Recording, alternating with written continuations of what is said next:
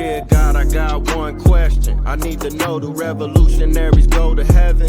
And if so, may their legacies last forever and their seeds grow. Tell them that we love them so and never let them die slow. It's like we cursed to be born black. We was kings and queens, now look where we at. I know it won't be long before we take it back. I just hope I live long enough to see it happen, and that's a fact. Cause one thing when you pro-black, you might love your people, but they may not love you back. For more than 400 years, we've been under attack. We survived slavery and then they gave us crack. Do revolutionaries go to heaven? Do revolutionaries go to heaven? Do revolutionaries go to heaven?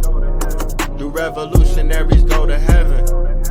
Do revolutionaries go to heaven? I wanna know. Do revolutionaries go to heaven? I hope so. Do revolutionaries go to heaven? I wanna know. Do revolutionaries go to heaven? I hope.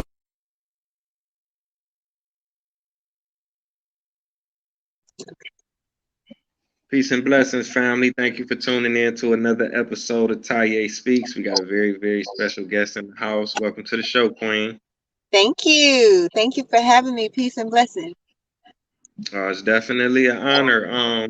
For the viewers who may not recognize you, please let them know who you are and definitely where you're from. Well, my name is Taylor Curtis. I am known as the youngest Black female to have ever been tenured at the history of the United States of America when it comes to education, so institutions of higher education.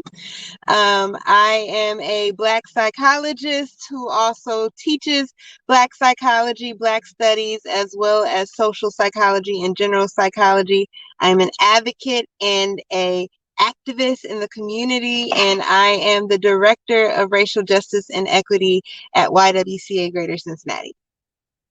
I'm born and raised in Dayton, Ohio. I'm known in the community as a singer, Michael, in the band Frequency, and I also do holistic self-care with Bronze Glow and Mary Kay. Wow, that's what's up. You're doing a lot, man. Keep up the great work, man. Let me ask you about that. You said you were the youngest Black woman to receive tenure. What is that? So tenure is when you secure the bag, so to speak. It is when you have the opportunity to be placed at an institution like higher education, a college, a university, where you have that position and essentially you are a longstanding member there. And so most people who are tenured retire from their institutions. Most people who are tenured can't get fired unless they have done something absolutely atrocious. They're just kind of secure as having a long-term position at the university. And so I'm the youngest Black woman to ever have tenure at an institution of higher education in the country. Wow, that's amazing. That's amazing. My next question is, okay, now how did you even get into Black studies and what is Black studies? I was watching one of your interviews and you was talking about that. So Black studies is really looking across the diaspora, looking at African people and anybody of African descent.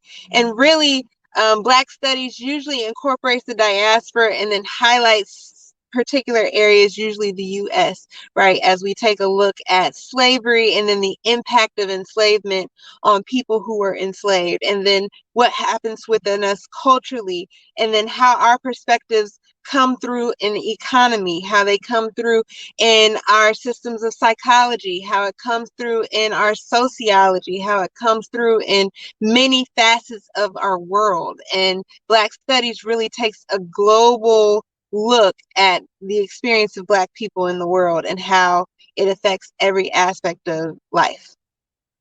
And for me to get into it, I always knew that I liked solving problems.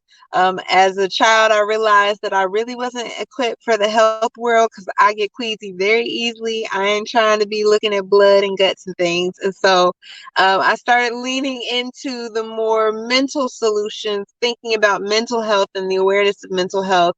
I was also a young kid who answered adults' questions about life quite often.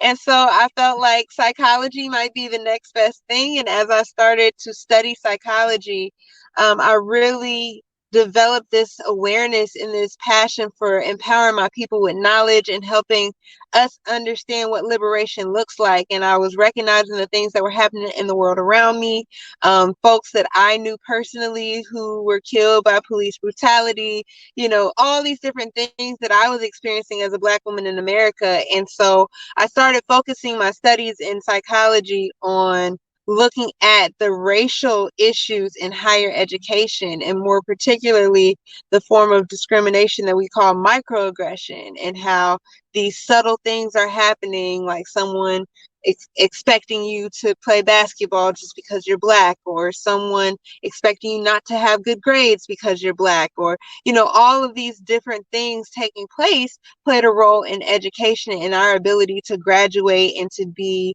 readily ready for the world. And as I started doing that studying, I started learning about international psychology and the many different perspectives on psychology beyond what we typically learned, which is Western and white European oriented. And it wasn't until I became a psychology professor that I learned, which I should have learned in all of my psychology classes and all of the degrees that I had, I should have already learned about Black psychology, but I had not. And so when I became a professor, I was introduced to the National Association of Black Psychologists. And I started learning about all the aspects of Black psychology. I started studying Black psychology and Black studies, and then I began shadowing classes, and then I began teaching and building curriculum around it, and really falling in love with talking about our people, our ancestry, our experiences, our needs, and how to solve the problems that we have. Wow, thank you for that breakdown. I'm glad you said that. You mentioned a couple things. You said international and global. A lot of times, I think Black Americans, sometimes we feel like we the only Black people in the world. We don't realize it's Black people in Brazil and Asia and India and Africa, even Europe. So a lot of times when we look at slavery, we just look at it through our own personal lens, but it's a bigger and it's a greater picture. Yeah.